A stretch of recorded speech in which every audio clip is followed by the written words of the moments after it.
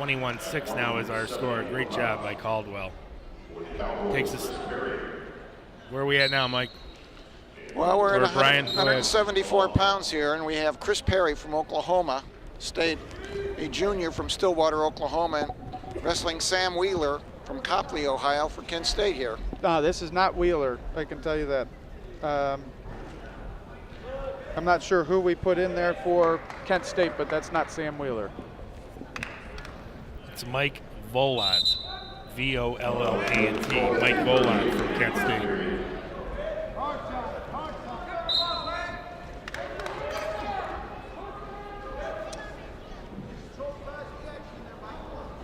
Chris Perry spent most of this season as the #1 ranked wrestler at 174 pounds. Seemed to be cruising when out of nowhere he gets upset by the number 15, at that time the number 15 ranked wrestler from Missouri, Todd Porter. Vollant, a redshirt freshman from Erie, Pennsylvania. I was hoping to see Wheeler because, as I remembered, wasn't Wheeler originally recruited by Oklahoma State? Didn't he spend time there? I believe he spent at least a year there. But this might be why he's at Kent State versus because of being Perry. at Oklahoma State, right? Perry third at the NCAA championships last year. And he has another year left. I'll tell you, they got just a tough lineup. Most of the weight classes, it seems like this year for the NCAA tournament, have a clear-cut favorite or two clear-cut people that should make the finals. I think 174 is one of the more wide-open weight classes where we've seen a lot of jockeying back and forth, and wrestlers at number 15 beating the number 1, the number 10 beating the number 3, and different things along those natures. So it seems been a lot of adjustments in the rankings at that weight class.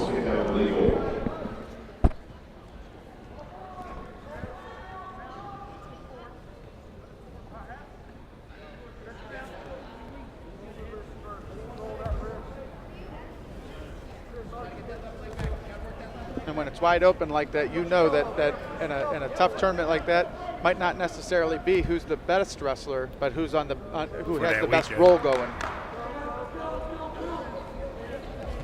There's a nice turn here. We've seen a lot of this type of turn.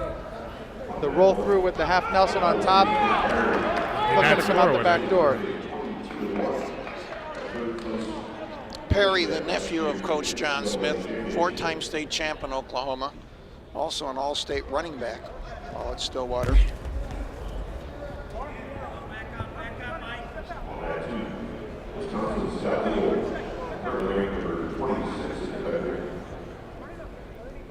Vollant doing a nice job of not getting turned here.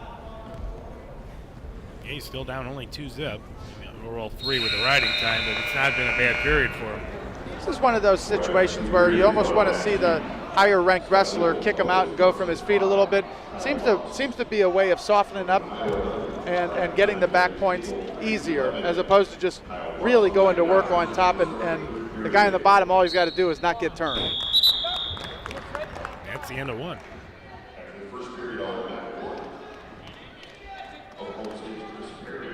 Perry will begin down. Nice turnout today. People watching throughout the Midwest. Kent got hit with a big snowstorm, so it may have affected some of the crowd here today. Vollant in with the boots.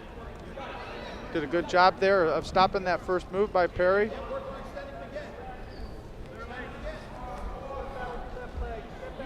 Vollant with 23 wins this year, so he may be the backup in part, but he has wrestled a lot. Been there, right?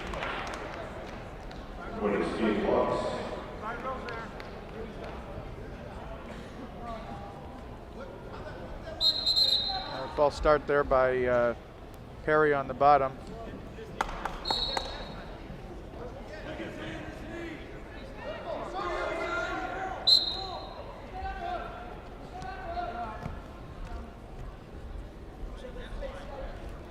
Able to get his boots in.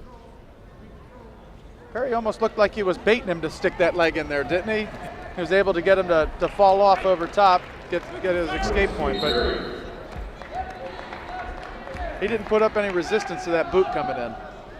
3-0 now. Here we see Perry getting a little busier on his feet. Gets the easy takedown. I think this is where if I were in his corner, I'd be telling him to kick him out and go from your feet again. Right.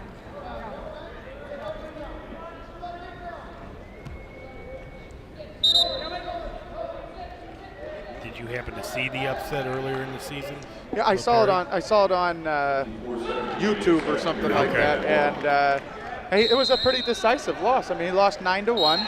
It's decisive. But you know, with this type of a season where you're going through like 2 cold and flu seasons or 3 cold and flu seasons, you don't know if he was sick or just had a bad day. The boy that he lost to, Porter from Missouri, is you know, it's not like he's a chump or anything like that. Right. It's a very tough young man. Nice shot. Right, I think right now the favorite to win the MAC.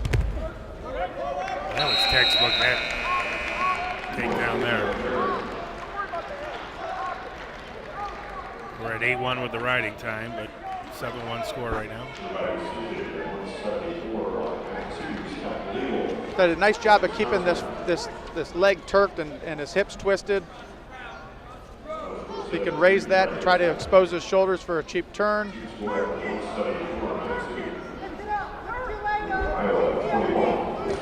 Coaches are encouraging him to raise that leg.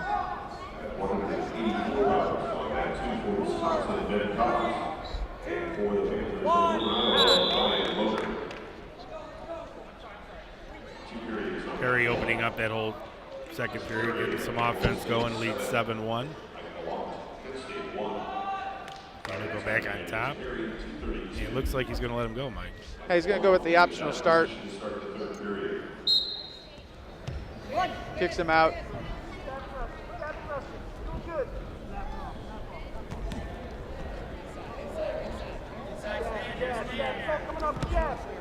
Boy, didn't decide to commit to that shot, but still almost was able to get it. Good shot there, is able to get in. And look where he's Nice at. job of mat awareness Yes, there. He was. says he turned himself back in. He's looking to hook the bottom leg. Then he's going to push off, try to clear his head. He got arm through there. Yep. Vollant did a nice job there, locking him up. Creating the stalemate.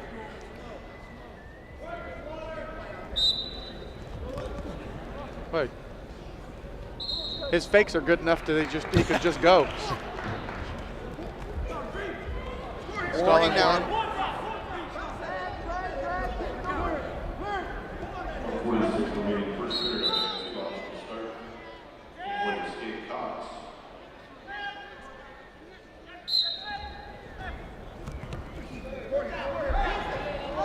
Taking some shots a little far away.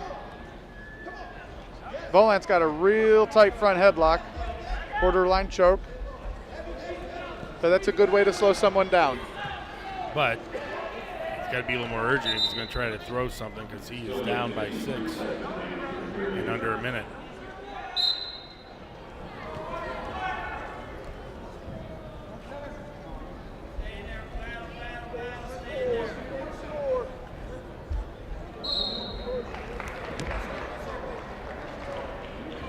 That's a scissor. Yeah. So that's going to be a point.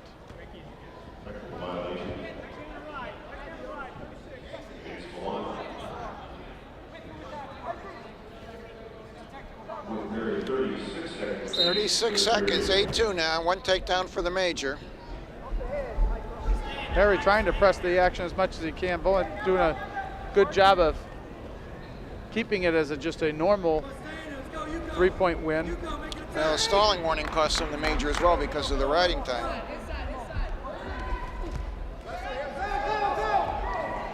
And on the single, he's got to finish this. Got 10 seconds to do it. Oh, He nice does. limp arm. And it's 10-2, and in 3 seconds it'll be 11-2 when they add on the riding time. Chris Perry, very impressive win. Yes, it was. The number 2 ranked man in the country right now with a decisive victory and a pretty good 7-minute match there.